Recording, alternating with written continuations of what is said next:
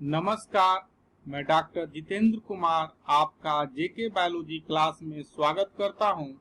आप जेके biology classes को देख रहे हैं, लाइक कर रहे हैं, शेयर कर रहे हैं और चैनल को सब्सक्राइब कर रही हैं, हमारे खुशी की बात है। और मैं आपको आज प्रमोटर ऑफ जीन के बारे में विस्तार से चर्चा करूंगा। प्रमोटर ऑफ जीन जानना काफी महत्वपूर्ण है क्योंकि डिफरेंट तरह के कॉम्पिटिटिव एग्जामिनेशन में जैसे CSIR, गेट और other MSc PhD entrance examination में इससे सवाल निश्चित पूछे जाते हैं और हम देखेंगे किस तरीके के सवाल भी पूछे जाते हैं। तो आइए हम लोग देखते हैं promoter of gene. Promoter of gene segment of DNA है जहां पर RNA पॉलीमरेज बाइंड करते हैं to initiate transcription of a gene. ए DNA का सेगमेंट है 5 प्राइम टू 3 प्राइम सेगमेंट है ये, और यहाँ पर RNA पॉलीमरेज बाइंड करेंगे प्रमोटर पर जो कि जीन के पहले वाला सेगमेंट है और इस जीन का मैसेंजर RNA बनाएंगे। तो हमने समझा क्या कि RNA पॉलीमरेज बाइंड करते हैं प्रमोटर पर और स्टार्ट करते हैं mRNA के प्रोडक्शन को, और ये mRNA जो अल्टीमेटली है फंक्शनल प्रोटीन में ट्रांसलेट होता है विथ हेल्प ऑफ राइबोसोम्स। अब अगला सवाल है कि प्रमोटर का लोकेशन कहाँ होता है। अक्सर पूछा जाता है कि प्रमोटर कहाँ पाए जाते हैं। तो ये transcription start site of a gene. अगर यहाँ ट्रांसक्रिप्शन स्टार्ट साइट जीन है तो इसके अपस्ट्रीम, अगर जहां मैसेंजर RNA बनने का साइट है उसके अपस्ट्रीम में पाए जाते हैं टुवर्ड्स 5 प्राइम रीजन। अब अगली कहानी है कि पूछा जा सकता है कि साइज ऑफ ए प्रमोटर क्या है। तो size about 100 to 1000 base pair long होते हैं। प्रमोटर जो होते हैं 100 to 1000 न्यूक्लियोटाइड बेस पेयर के बने होते हैं और जीन के पहले पाए जाते हैं जहां पर RNA पॉलीमरेज बाइंड करते हैं। आगे एक जो सवाल है सिंपल पूछा जाता है कि फंक्शन ऑफ प्रमोटर क्या है। ये सवाल काफी कॉमन है कि फंक्शन ऑफ ए प्रमोटर क्या है। तो प्रमोटर बेसिकली एक तरह का स्विच है जो कि इनिशिएट करता है ट्रांसक्रिप्शन ऑफ ए जीन, और अगर स्विच ऑन हो गया तो RNA पॉलीमरेज ट्रांसक्रिप्शन कर देगा जीन का और मैसेंजर RNA बना देगा, और अगर स्विच ऑफ है तो RNA पॉलीमरेज नहीं बाइंड करेगा, और बाइंड कर भी गया तो मैसेंजर RNA मतलब जीन का ट्रांसक्रिप्शन या मैसेंजर RNA नहीं बनेगा। और सिंपल भाषा में बोल सकते हैं कि प्रमोटर क्या है, कंट्रोल पॉइंट है for regulated gene transcription. Gene का मैसेंजर RNA बनने के लिए ये कंट्रोल पॉइंट है। आगे की कहानी को समझते हैं। ये जो प्रमोटर है पर हमने बताया कि RNA पॉलीमरेज बाइंड करते हैं, तो इसके अलावा जो अदर ट्रांसक्रिप्शन फैक्टर जो है इसी रीजन में प्रमोटर रीजन में बाइंड करते हैं, जो चीजों को आइदर एक्टिवेट करते हैं मतलब मैसेंजर RNA को बढ़ाते हैं या मैसेंजर RNA के बढ़ने को घटाते हैं। पॉजिटिव और नेगेटिव तरीके से उसको अफेक्ट करते हैं जीन के ट्रांसक्रिप्शन मतलब मैसेंजर RNA बनने की प्रक्रिया को। आगे हम इसके बारे में विस्तार से चर्चा कर रहे हैं। आगे की कहानी है, कोई भी प्रमोटर की बात करते हैं तो सारे जीन यूकैरियोटिक्स है, प्रोकैरियोटिक्स है या वायरस है, तो सबके जीन में, सारे जीनोम के जीन में प्रमोटर होता है।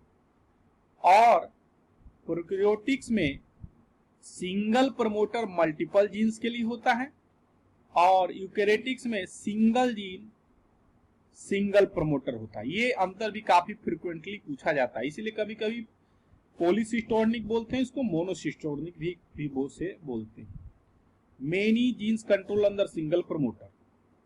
कभी कभी हम टर्म इस्तेमाल करते हैं स्ट्रॉन्ग प्रमोटर। क्या मतलब है स्ट्रॉन्ग प्रमोटर का? इसका मतलब क्या है कि ऐसा प्रमोटर जो high level of transcription of messenger RNA कर सके कोई जीन का, तो उसका मतलब है कि वो प्रमोटर काफी स्ट्रॉन्ग है।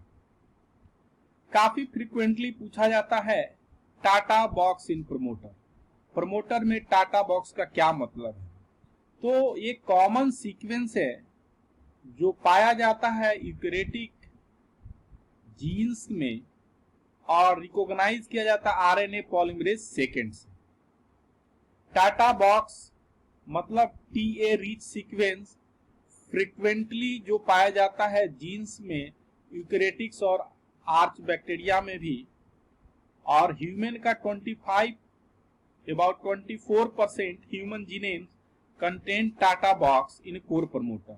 हम यहाँ पर देख रहे हैं जीन है और जीन का ये रीजन क्या है, प्रमोटर है, और प्रमोटर में एक रीजन पाया जाता है यूजुअली जिसमें क्या है टाटा बॉक्स मतलब टीए रिच सीक्वेंस पाया जाता है, जिसको हम लोग टाटा बॉक्स के नाम से भी जानते हैं। तो टाटा बॉक्स प्रमोटर का पार्ट है, ठीक है। और आगे हम लोग देखते हैं, आगे की कहानी को हम लोग समझते हैं।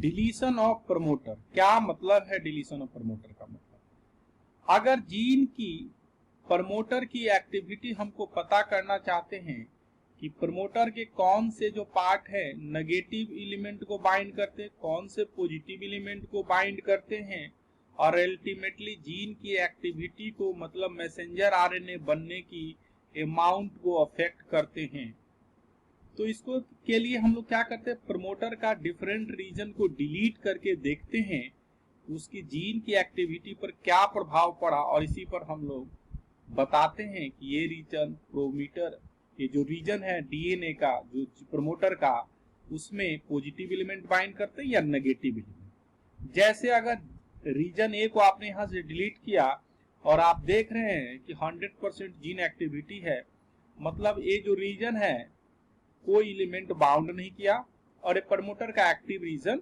नहीं है।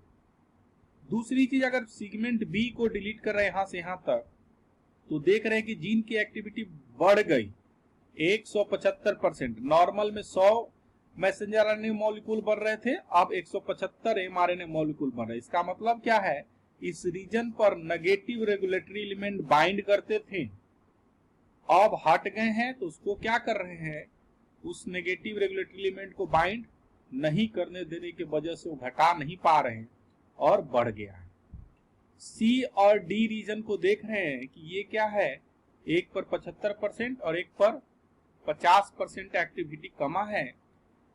ठीक उसी तरीके से सी डी रीजन में 25% एक्टिविटी और ई रीजन में 0%। तो ये जो डिफरेंट रीजन में देख रहे हैं कि जो घट रहा है, इसका मतलब क्या, इस पर पॉजिटिव रेगुलेटरी एलिमेंट बाइंड करते हैं। तो इस तरीके के सवाल सीएसआईआर में काफी फ्रिक्वेंटली पूछे जाते हैं कि प्रमोटर के डिलीशन के आधार पर आप बताइए कि कौन से रीजन आपका जीन में है ना फंक्शनली रोल प्ले कर रहा है, मतलब कि जीन के एक्सप्रेशन में इंपॉर्टेंट रोल प्ले कर रहा है, या प्रमोटर का कौन सा सेगमेंट इंपॉर्टेंट है, आप इस तरीके से पता कर सकते हैं। एक दूसरा सवाल जो शिफ्टिंग ऑफ प्रमोटर, यहां से भी सवाल पूछे जाते, क्या मतलब है इसका। हम जानते हैं कि हर एक जीन का अपना प्रमोटर एलिमेंट होता है, जैसे जीन ए का अपना प्रमोटर, जीन बी का अपना प्रमोटर। ये प्रमोटर पर डिफरेंट तरह के रेगुलेटरी एलिमेंट बाइंड करते हैं और ultimately transcription of gene A को मतलब इससे प्रोटीन बनने की प्रक्रिया अल्टीमेटली फुलफिल होती है, messenger RNA and then protein. ठीक उसी तरीके से प्रोमोटर बी पर रेगुलेटरी एलिमेंट जो प्रोमोटर बी के बाइंड करेंगे और जीन बी का मैसेंजर आरएनए बनेगा और अल्टीमेटली उसका प्रोटीन बनेगा। अगर हम ऐसी एक परिस्थिति बनाएं जिसमें हम प्रमोटर ए को क्लोन कर दे जीन बी के साथ और प्रमोटर बी को क्लोन कर दे हम जीन ए के साथ, तो आप पाएंगे कि सारा खेल प्रमोटर का ही। अब ऐसी स्थिति में क्या होगा कि वो जो कंडीशन है प्रमोटर ए के लिए, या रेगुलेटरी एलिमेंट बाइंड करेंगे और कौन सा प्रोटीन बनाएंगे, जीन बी का प्रोटीन बनाएंगे। ठीक उसी तरीके से प्रोटीन बी वाला प्रमोटर जो रेगुलेटरी एलिमेंट जो भी रहेंगे वो कौन से प्रोटीन बनावेंगे, जीन ए का बनावेंगे। तो सारा जो जीन का जो रेगुलेशन है अल्टीमेटली रेगुलेटेड हो रहा है प्रमोटर रीजन से। अगर प्रमोटर आपने शिफ्ट कर दिया तो प्रमोटर के कंडीशन के अनुसार ही जीन की एक्टिविटी होगी। तो प्रमोटर काफी महत्वपूर्ण रोल प्ले करते हैं जीन के एक्टिविटी के लिए। आगे हम इस सवाल को देख रहे हैं और ये सवाल CSIR में 19 दिसंबर में पूछा गया है और उसमें पूछा गया है क्या, बता रहा है कि एक प्रमोटर एनालिसिस किया गया डिलीशन और डिफरेंट रीजन को दिखाया गया है कि आप देख सकते हैं कि प्रमोटर को रीजन को माइनस से दिखाया गया है और यहाँ जीन की एक्टिविटी को दिखाई गई है। और आप इसमें देख सकते हैं कि wild type promoter no deletion 100%। उसी तरीके से अगर ये रीजन डिलीट करते हैं तो कोई असर नहीं पड़ रहा है, जबकि ये दोनों रीजन डिलीट कर रहे हैं रीजन, तो आप पाएंगे कि 175%, मतलब कि एक्टिविटी यहाँ बढ़ गई है। इसका मतलब क्या है कि वास्तव में ये नेगेटिव एलिमेंट को बाइंड कर रहे थे यहाँ पर, और ये सब जो रीजन देख रहे हैं कि घटते आ रहा है, तो इसका मतलब है रीजन पर पॉजिटिव रेगुलेटरी एलिमेंट बाइंड करते होंगे और अल्टीमेटली है ना जीन के एक्टिविटी को बढ़ाते होंगे। अब वो नहीं है तो नहीं बाइंड करेंगे तो नहीं बढ़ा पाएगा। ठीक उसी तरीके से ए रीजन पर नेगेटिव एलिमेंट बाइंड करते थे और घटाने का काम करते थे, अब नहीं बाइंड कर रहा है तो घटाने का काम नहीं कर पा रहा, इसलिए इनकी एक्टिविटी बढ़ जा रही है।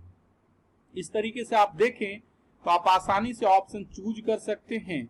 आप देख सकते हैं कि -100 से -50 पॉजिटिव एलिमेंट, -100 से 50 जो है यहाँ पर पॉजिटिव एलिमेंट, और ये जो -200 से 250 है जो आप देख सकते हैं नेगेटिव रेगुलेटरी एलिमेंट, जो दोनों की सही है। जबकि ये जो सी ऑप्शन है -150 to 200 है ना पॉजिटिव रेगुलेटरी एलिमेंट, जो कि सही नहीं है। क्यों नहीं सही है? क्योंकि इस तरीके से आप पाएंगे कि नेगेटिव एलिमेंट यहाँ पर बाइंड अगर करते हैं तो ये बढ़ जाना चाहिए था, जो कि सही नहीं। तो ऑप्शन आपका ए और बी क्या होगा? सही होगा। ठीक उसी तरीके से एक और सवाल था जिसमें बताया गया है कि प्रमोटर ए है, रिपोर्टर जीन है, प्रमोटर ए है अपना रेगुलेटर जीन है, और इस तरीके से इसकी एक्टिविटी दिखाई गई है कि बाइंड होने के बाद प्रमोटर पर जो भी एलिमेंट है रेगुलेटर प्रोटीन बाइंड होने के बाद रिपोर्टर ए की जीन की एक्टिविटी घटती है और जबकि रिपोर्टर 2 की जीन की एक्टिविटी बढ़ती है। और किसी तरीके से अगर बताया गया इस सवाल में कि कोई म्यूटेशन हो गया है और म्यूटेशन के बाद ये प्रोटीन जो एक एलिमेंट को बाइंड नहीं कर पा रहे हैं, तो क्या होगा?